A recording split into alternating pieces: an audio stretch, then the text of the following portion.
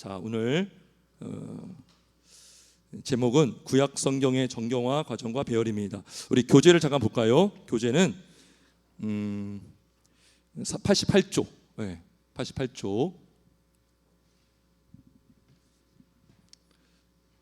자, 이제 2과, 그러니까 우리가 큰 이제 관점에 대해서 보았고, 이젠 이 구약의 목록, 그리고 이제 그 내용들을 간략하게 앞으로 살펴보면서 나갈 것입니다. 자, 우리 89쪽을 한번 볼까요? 책 보면 89쪽에 보면, 자, 이렇게 말합니다. 오늘날 우리가 쓰고 있는 한 권으로 된 성경책은 도대체 어떻게 해서 생긴 것인지 궁금해하는 사람들이 아주 많으시더라고요. 이런 궁금증을 밝히는 것을 성경의 정경화 과정이라고 한답니다. 우선 간단하게도 살펴봅시다. 왜냐? 성경 목록 얼굴을 하나씩 들여다보려니까 성경책 자체는 어떻게 생긴 거지? 라는 질문이 제일 먼저 삐죽이 고개를 드는 것 같아요. 이렇게 말하고 있어요. 여러분, 성경이 총 몇 권으로 되어 있죠? 66권. 구약 몇 권? 39권. 신약 27권입니다. 그래서 하루아침에 뚝딱 이렇게 66권이 딱 된 것이 아니죠. 그러니까 우리 개신교 기독교는 성경 66권만을 정경으로, 다시 말하면 하나님의 영감으로 기록된 하나님의 말씀은 뭐밖에 없다? 성경 66권 밖에 없는 것입니다. 성경 66권 정경으로 된 책을 우리는 하나님의 기록된 말씀으로 우리가 보는 것입니다. 자, 여러분, 우리가 누가복음 4장 한번 잠깐 볼까요? 누가복음 4장.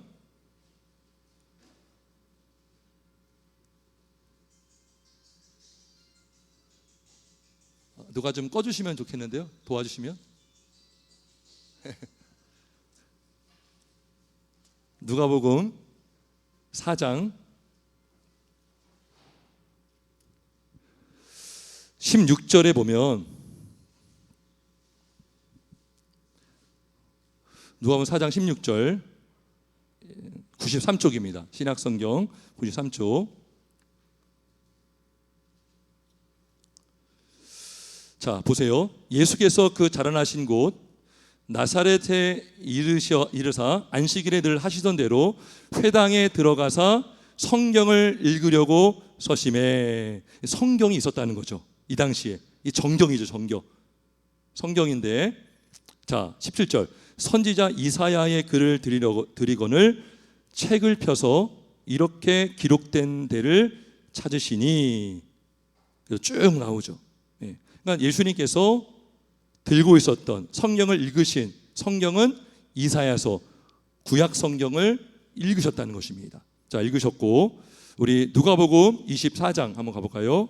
24장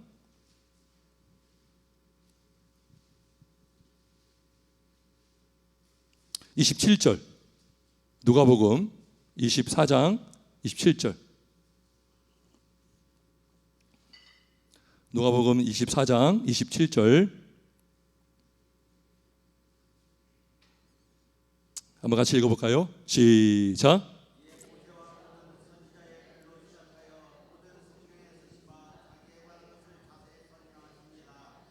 아멘. 자, 뭐요? 성경에 쓴 바, 모세와 모든 선지자, 이게 다 구약 전체를 말합니다. 모세오경, 또 모든 선지자의 글로 시작하여 모든 성경에 쓴 바, 그죠? 이거는 구약 성경 말하죠. 그럼 구약에서 자기에 관한 것을 자세히 설명하셨다. 예. 그러니까 예수님 시대 때도 구약은 최소한 정경화되어 있었어요. 예. 그러니까 정경화된 성경책들이 있었다는 것입니다. 자, 요한복음 5장 한번 가보겠습니다. 요한복음 바로 다음 책이죠. 5장 39절. 요한복음 5장 39절.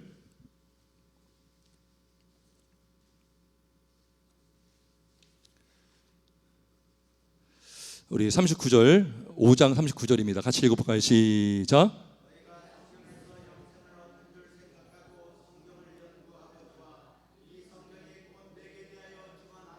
예, 예. 이 성경도 무슨 성경이에요? 구약 성경이죠. 구약. 자, 그럼 여러분, 이 성경이 사본이었을까요? 원본이었을까요? 사본이죠, 사본. 사본을 받고 말하는 것입니다. 그리고 더 나가서 번역본을 말하고 있는 거, 번역본. 왜냐하면, 자, 우리 교재를 잠깐 들어보겠습니다. 교재.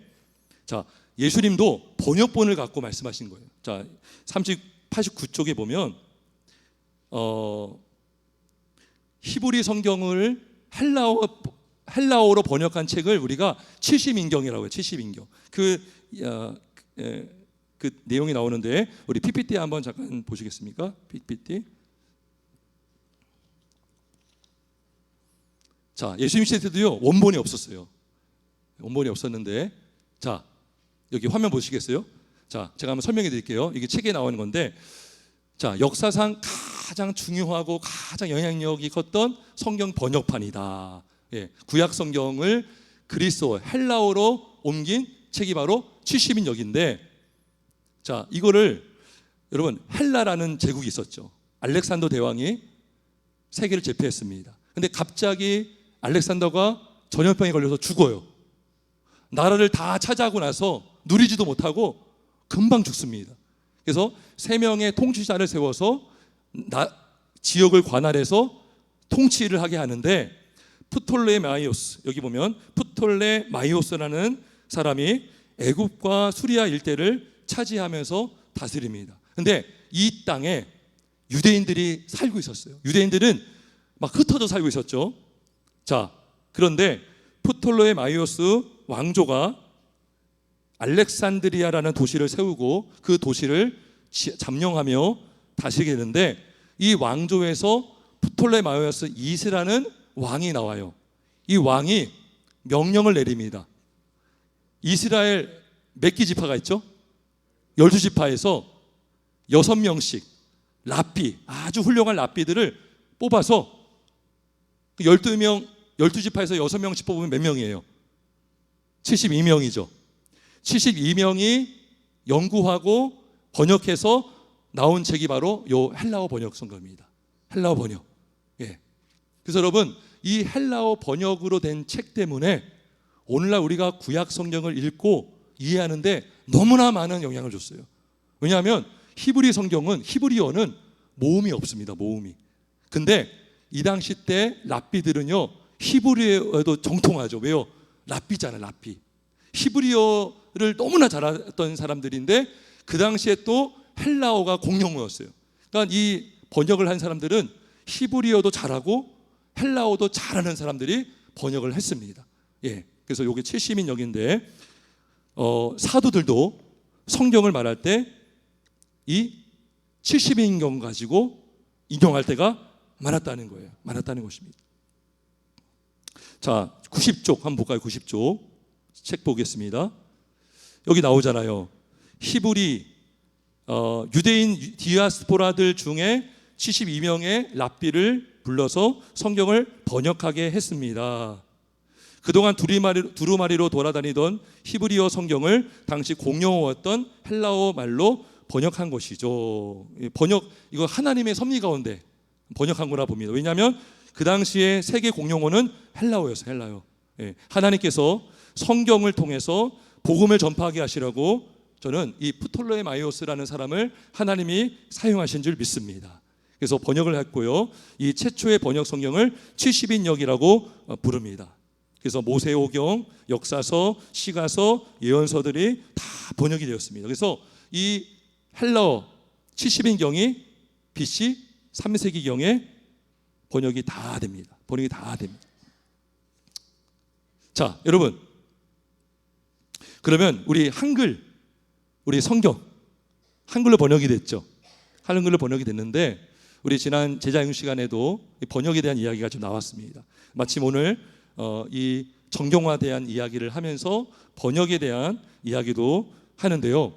자, 하나님께서 성경의 말씀을 보존하시기 위해서 하나님은 사본을 쓰게 하시고 그리고 많은 나라에 하나님의 말씀이 전파되고 읽어지게 하려고 번역하게 하신 줄 믿습니다. 그죠? 그게 뭐예요? 하나님의 진리를 보존하게 하는 거죠. 자, 화면을 한번 보겠습니다. 한번 다음 넘겨주세요. 자, 이 딘테일이라는 사람인데요. 윌리엄 딘테일, 영국 사람, 잉글랜드 사람입니다. 자, 여러분 이때는요, 이 중세 시대예요. 중세 시대. 1500년경 중세 시대 때 그때는 성경들이 다 뭐로 번역되어 있었냐면 라틴어로 번역돼요. 라틴어. 이 중세 시대 때는요, 라틴어가요 거의 전국적으로 유럽 전체적으로 이탈리아어로 번역이 되었습니다. 그래서 이탈리아어로 이렇게 설교하기도 하고요. 이탈리아어를 아는 사람들은요 지식인들이에요. 지식인들. 그러니까 이 성경은요 돈이 많고 많이 배운 사람들만의 소유물, 특별히 사제들, 신부들, 종교 지도자들에게만 소유가 되었던 거죠. 근데 이 딘테일은요 그런 꿈이 있었어요. 성경이 하나님의 말씀이잖아요. 그래서 이 말씀이 많이 배우지도 못한 목동들에게도 읽혀지기를 바라는 마음으로 성경을 영어로 처음 번역합니다. 네. 근데 이것이 그 당시 때는요 엄청난 신성 모독적인 행동이었어요. 왜냐하면 라틴어, 이탈리아어로 성경이 잘 번역이 되었는데 영어로 번역을 한다면 오역도 생길 수 있고 잘못될 수 있기 때문에 철저히 금지했습니다. 그래서 PPT 한번 넘겨주시겠습니까? 여기 잘 보이시나 모르겠네. 자, 여기 보면 라틴어 성경만을 고집했습니다. 라틴어 성경 외에는 없었어요. 근데 가시적으로 교회의 통일성을 유지하기 위해서 성경 번역본이 많아지면 교회가 하나 될 수 없다. 그래가지고 라틴어 성경만을 고집합니다. 다른 언어로 번역하지 못하게 했어요. 그래서 일반인들은, 성도님들은 성경책을 집에서 읽을 수가 없었어요. 함부로 해석할까 봐, 가톨릭에서 벗어날까 봐, 그리고 라틴어로 하는 설교를 듣지 못했습니다. 이 당시 때 사제들은요 라틴어로 설교했어요. 제가 여러분들한테 영어로, 제가 영어를 못하지만 영어로 설교한다면 여러분 들을 수 있어요? 그죠? 그냥 졸고만 있어야 되는 거예요. 그냥 왔다 가는 거예요. 그냥 의식만 잘 참석했다, 여기에 만족하는 거죠. 자, 근데 종교개혁자들 여기 맨 밑에 보세요. 이들은 확신이 있었어요. 진리는 만민에게 전파되고 알려줘야 된다. 누구 소수의 소장으로만 가질 수 있는 것은 성경이 아니다. 그래서 성경 번역을 합니다. 독일어도 루터도요 동일어로 번역을 했습니다. 그래서 번역했더니요 성도님들이 성경을 읽고 진리를 막 깨닫는 거예요. 아, 가톨릭이 잘못된 게 많구나. 그리고 라틴어 성경을 봤더니 오히려 그게 잘못된 게 또 있는 거예요. 그래가지고 이 성경을 통해서 자유를 맛보게 됐죠. 그죠? 이 중세 교회는요 굉장히 폐쇄적이었어요. 더. 그래서 교회가 정한 대로만 따라와야 되고, 그러니까 이렇게 딘테일이라는 사람이 영어로 번역을 했으니 어떻게 했을까요? 번역을 하고 나서 10년 뒤에 화형식을 당합니다. 불에 타 죽습니다. 그 당시의 분위기였어요. 놀랍게도 딘테일이 번역을 마치고 나서 50년 뒤에 영국은 성경의 나라가 됩니다. 할렐루야. 그 역사적 기록가 있어요. 한 책의 나라가 돼요. 그 책은 성경이거든요. 번역을 하지 않았다면 많이 못 배운 사람들 성경을 어떻게 읽어요? 라틴어도 모르고. 그러니까 우리나라로 따지면 한문으로만 돼요. 한문으로. 그러면 한문을 모르는 사람들, 배우지 못한 사람들은 성의 진리를 배울 수가 없는 거죠. 그래서 아까 앞으로 넘겨주세요. 앞으로 그 사진 보여주세요.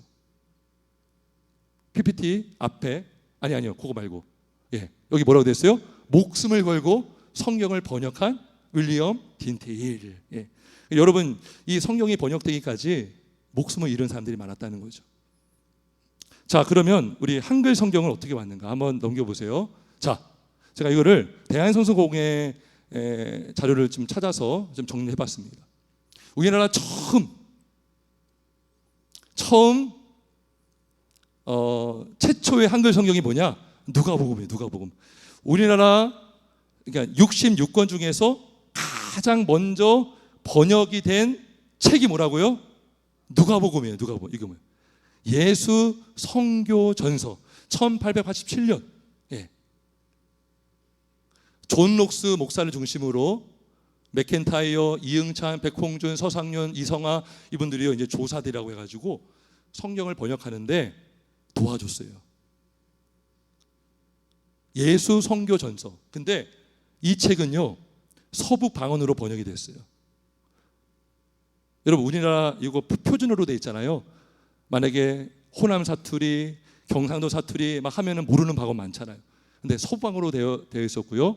그 다음에 요한복음이 출판이 되었고 또 서북말과 서울말판이 출간이 됩니다. 그렇게 해서 예수 성교 전서가 번역이 되었습니다. 다음 넘겨주세요. 자, 그 다음에 신약 전서, 마태복음 이후로 요한 묵시 쭉 하면서 신약 전서가 번역이 됩니다. 이것이 언제 완결되냐? 1911년도에 완결판이 출발됩니다. 근데 1911년까지 완결될 때까지 번역본들이 1900년도, 1902년도, 1904년도, 1906년도, 1911년도 이렇게 쭉 됩니다. 자, 여기 보세요. 화면 보세요. 맨 밑에 보면 빨간색으로 신약 전서가 서울의 중상류 말을 채택함으로써 그 후 한글 성경이 한글을 통일시키고 표준말을 보급시키는데 크게 기여할 수 있었다. 성경이요 한글을 보급시키는데 큰 역할을 했다는 것이죠. 우리나라가 문맹률이 떨어지고 한글을 배우지 못했던 사람들도 교회만 가면 성경을 읽고 듣기만 하면 성경을 배우니까 사람들이요 한글을 배우게 되는 거예요. 그래서 성경을 통해서 우리나라의 교육 수준, 지식 수준, 신앙 수준이 높아졌습니다. 그래서 표준말을 왜요? 성경에 표준말이 들어가 있으니까 사람들이요 표준말을 배우게 된 거예요. 크게 기여를 했다는 거죠. 그래서 신약 전서는 1911년도에 완결판이 출판되었습니다. 그러면 구약 성경의 완결판은 언제 되었을까요? 다음 넘겨주세요. 자, 1911년도 구약 전서.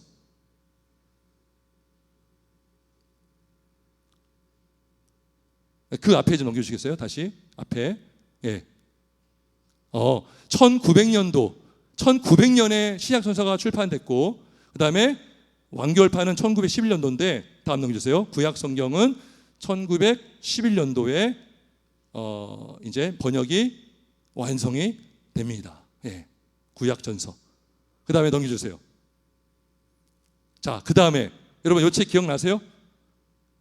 성경 개역 빨간색으로 성경책 이렇게 빨간색으로 이렇게 여러분 성경책 그거 있으셔요? 옛날에 보신 기억 나세요? 저희 어머님도 이 책 옛날에 보는 거 제가 봤어요. 그래서 이게 뭐죠? 위에서 아래로 이렇게 성경 한자도 가끔 섞여 있었던 걸로 기억을 해요. 그래서 빨간색으로 이렇게 예수의 보혈 피라고 해가지고 이게 성경 개역이에요. 개역. 이게 언제 나왔냐? 1938년도가 나왔습니다. 자, 그래서 구약은 26년 동안 개역 작업을 해서 완성이 됐고 신약은 12년 만에 마무리가 되었습니다. 그래서 개역 개정 옛날 성경이죠. 우리 할머니 때 우리 다 여러분 그거 보셨죠? 우리 나이 많으신 분들. 자, 그 다음에 넘겨주세요. 자, 그 다음에 우리가 지금 보고 있는 성경전이 바로 한글 개역 한글판입니다. 제가 알아봤더니요 1952년도에 나왔다가 1961년도에 또 나왔어요. 자, 그래서 자 이때 한글 맞춤법 통일안이 나와서 표기를 고치고 제한적인 범위 안에서 일부 성경을 고쳐서 출판한 첫 판이 1952년도에 나왔고요. 그 다음에 표기법을 손질해서 활자를 다시 제작하여서 1961년도에 성경전서 한글 개역 한글판이 나와요. 그래서 이거는 왜 개역 한글판이냐? 한글 맞춤법 통일안의 맞춤법에 따랐기 때문에 이렇게 나온 거예요. 자, 그러고 나서 우리가 이제 보고 있는 넘겨주세요. 자, 개역 개정판이 1998년도에 자, 좀 글자가 많은데요. 여기 보면 다음 넘겨주세요. 아니요. 빨간색 보면은 한글 맞춤법이 변화였습니다. 그리고 성서학 관련 학문도 눈부시게 발전했죠. 그러니까 헬라어에 대한 고전, 그다음에 언어에 대한 연구의 발달을 통해서 더 번역을 풍성하게 한 거죠. 자, 그리고 맨 밑에 보면 그래서 강단에서 쓸 수 있도록 이제 공식적으로 개정이 된 거죠. 그래서 원본을 존중하며 원문 대조 문제가 제기될 때는 가능한 한 최근의 편집 본문 신약 그리스도 성경 제가 갖고 왔어요. 요거거든요. 요게 헬라어 이제 그 사판이고요. 그다음에 구약 성경까지 철저하게 대조를 하였습니다. 근데 이것이 나오고 나서 한국 교회가요 막 혼란스러웠어요. 그 얘기를 우리가 양육 때도 얘기 나눴죠. 그래가지고 이거를 강단에서 우리는 사용하지 않겠다라고 하는 교단들도 있었습니다. 근데 그걸 끝까지 버텼던 교단이 바로 우리 합동교단이에요. 합동교단인데 합동교단에서 총회를 열어서 대한성서공회에 제시합니다. 이런 부분들을 고치지 않으면 우리는 받아들일 수 없다. 근데 적극적으로 대한성공회가 다 받아들여서 우리가 지금 보고 있는 이 개혁 개정판이요 사판이에요. 사판. 여러분 성경책 앞에 보면 그게 우리 총신 합동 총회에서 요구했기 때문에 그걸 받아들여서 고쳐서 사판이 나온 것입니다. 여기 성경책 보면요, 여러분 한번 성경책 앞에 보시겠어요?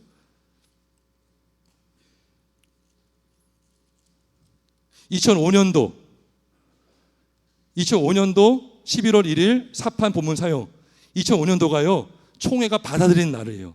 끝까지 합동총회가 이런 부분들은 잘못됐다, 이거는 맞지 않는다, 보수교단에서 계속 이의를 제기했고 우리는 이거 바뀌어지지 않으면 우리는 강단용으로 사용하지 않겠다 했는데 성서공회가 다 받아들여서 사판이 나오게 된 것이죠. 사판. 그래서 2005년도 11월 1일 사판 본문을 사용, 이렇게 나온 거예요. 자, 보세요. 그 다음에 넘겨주시겠습니까? 화면. 자, 여러분 말씀 보존학회라는 데 들어보셨어요? 말씀 보존학회? 말씀 보존학회라는 교단이 있어요. 근데 우리 합동 측에서는요 이단성이 있다라고 판명했고요, 어떤 교단에서는 이단이라고 주장하는, 이단으로 결정한 학회가 바로 말씀 보존학회인데요. 왜 문제가 있느냐? 말씀 보존학회는 킹 제임스 성경만을 진짜 성경으로 봅니다. 여기 화면 보시겠습니까? 첫 번째 보면 원본과, 지금 원본이 없지만 원본과 동일한 완전한 성경은 킹 제임스 성경밖에 없다 그래요. 자, 이거를 장로회 신학대학 구약학 교수인 하경태 교수가요 성경의 우상화라고 한 거예요. 우상화. 자, 재미있는 것은요, 이 말씀 보존학회에서 성경 개혁 개정을 보고 있는 우리 일반 기독교 있잖아요, 우리 개신교회를 성경이 사탄의 하수분이 됐다 이렇게 얘기를 해요.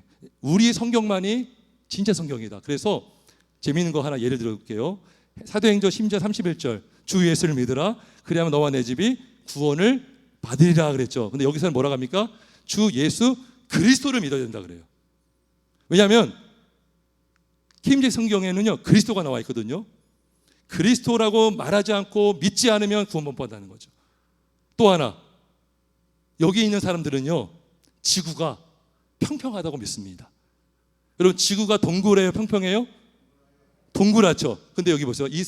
시편 26절 22절에 내 발이 평탄한 곳에 서 있으더니 내가 회중 가운데서 주를 찬송하리이다.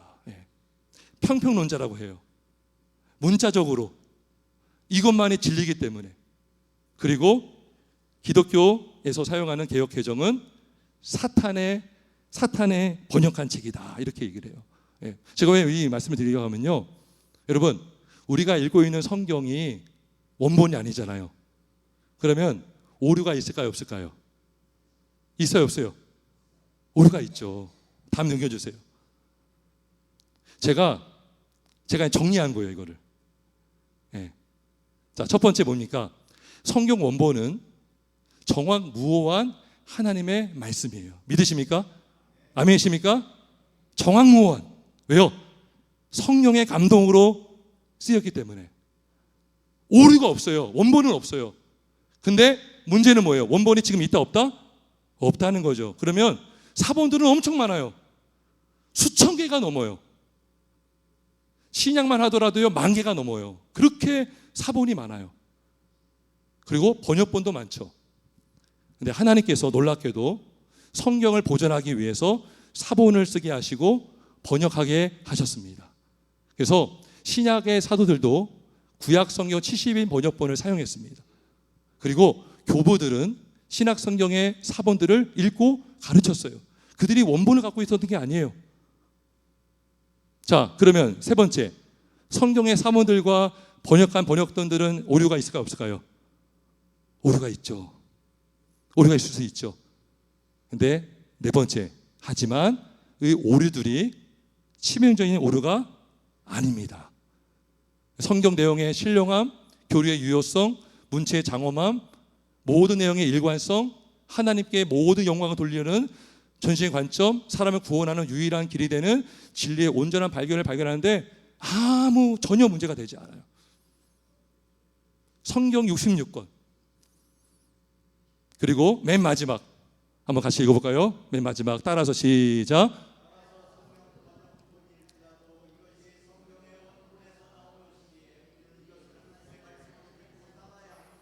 아멘. 믿으십니까? 예. 왜요? 이게 어디서 나온 거예요? 근본은 어디에 뿌리가 있어요? 원본에서 나온 원본에서. 원본은 아니지만 원본에서 사본이 나왔고 사본을 가지고 번역해서 사본을 번역한 게 요거예요. 사본을 잘 연구해서 책으로 나온 게 요 히브리어 성경, 헬라어 성경인데요. 우리가 이것을 번역했기 때문에 우리는 이것이 하나님의 말씀이다라는 것을 믿고 따라할 줄 믿습니다. 자, 끝으로 우리 사도행전 15장 15절 16절 볼까요? 사도행전 15장 15절 16절. 사도행전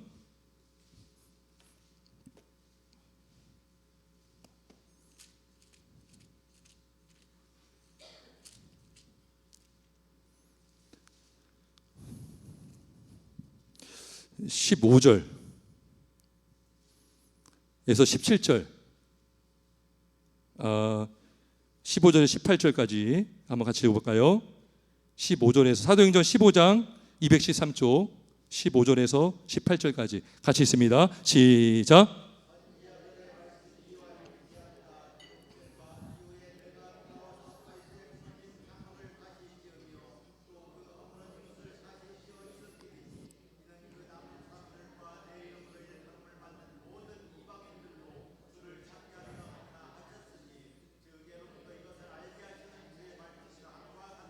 아멘. 그러니까 지금 이 사도들이 선전의 말씀 이거 뭐예요? 이건 사본 아니면 번역본이거든요. 70인경이거든요. 그러니까 이 당시에는 헬라어를 많이 썼으니까, 그죠? 사도행전이 뭡니까? 누가가 기록했잖아요. 헬라인들을 대상으로 썼던 책이 누가복음이고 또 사도행전입니다. 그러니까 선자들의 말씀이 이와 일치하도다. 예. 이들은요 사본을 가지고도 오류가 있다, 잘못됐다라고 하지 않았다는 거죠. 일치하도다, 기록된 바 하면서 성경을 인용했습니다. 또 고린도전서 4장 6절 한번 찾아볼까요? 고린도전서 4장 6절. 고린도전서 4장 6절. 고린도전서 4장 6절. 신약성경 266쪽입니다. 266쪽. 266쪽. 4장 6절. 고린도전서 4장 6절 같이 한번 읽어볼까요? 시작.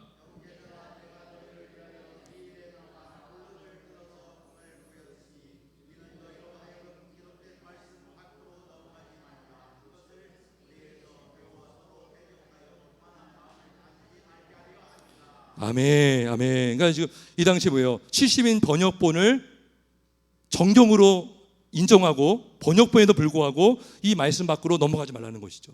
예. 그러니까 성경 어디에도요 번역본이 잘못됐다, 헬라어가 잘못됐다 그런 말을 하지 않았다는 거죠. 무슨 말이냐면 제가 아까 말씀드렸듯이 원본에서 나온 것이 사본이겠고 사본에서 나온 것이 또 원본에 나온 것이 번역본이기 때문에 이것을 하나님의 말씀으로 받아들이는데 전혀 문제가 있다 없다? 없다는 것이죠. 당연히 믿어야죠. 그리고 원본은 아니지만 우리는 이렇게 말할 수 있어야 돼요. 성경은 정확무어한 하나님의 말씀입니다. 아멘이십니까? 이것이 우리의 믿음의 고백이 되어야 할 줄 믿습니다. 믿고 따라할 줄 믿습니다. 자, 그 다음에 PPT 넘겨주세요. 이제 마무리합니다. 아까 이제 정경 이야기가 나왔고 번역본 얘기가 나와서 같이 한번 정리를 해야겠다 해서 말씀을 드렸습니다.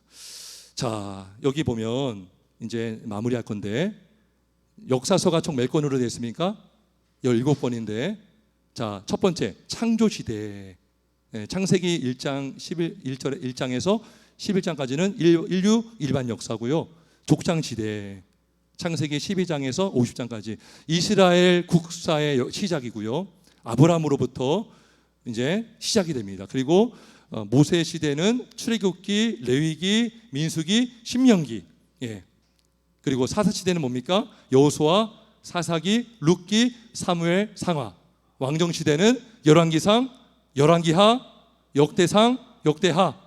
근데 여기 보면은 역대상은 창조부터 시작해요. 왜냐하면 족보가 나오기 때문에. 그죠? 그래서 창조부터 다윗까지 이렇게 보고요. 포로 시대는 에스라, 느헤미야, 에스더 이렇게 됩니다. 예, 역사서 17권. 예. 그리고 요 사이사이에 뭐가 들어가느냐? 시가서가 들어가고 지혜서가 들어갑니다. 요거를 나중에 살펴볼 것입니다.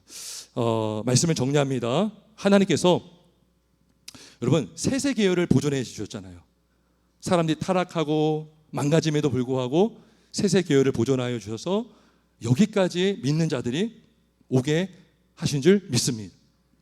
원본은 없어졌지만 하나님이 사본을 기록하게 하시고 또 많은 사람들, 전 세계 사람들이 성경을 읽을 수 있도록 번역자들을 세우시고 번역하게 하신 줄 믿습니다. 예, 지금도 여러분 그 번역 선교사들이 있어요. 아마존 같은 데 들어가서요 막 번역하는 사람들이 있어요. 예전에 어떤 그 영상을 보니까요 이 사랑이라는 단어를 어떻게 번역할까 막 그런 고민을 하시더라고요. 그러니까 어떤 부족에 갔더니요 사랑이라는 개념이 없어요.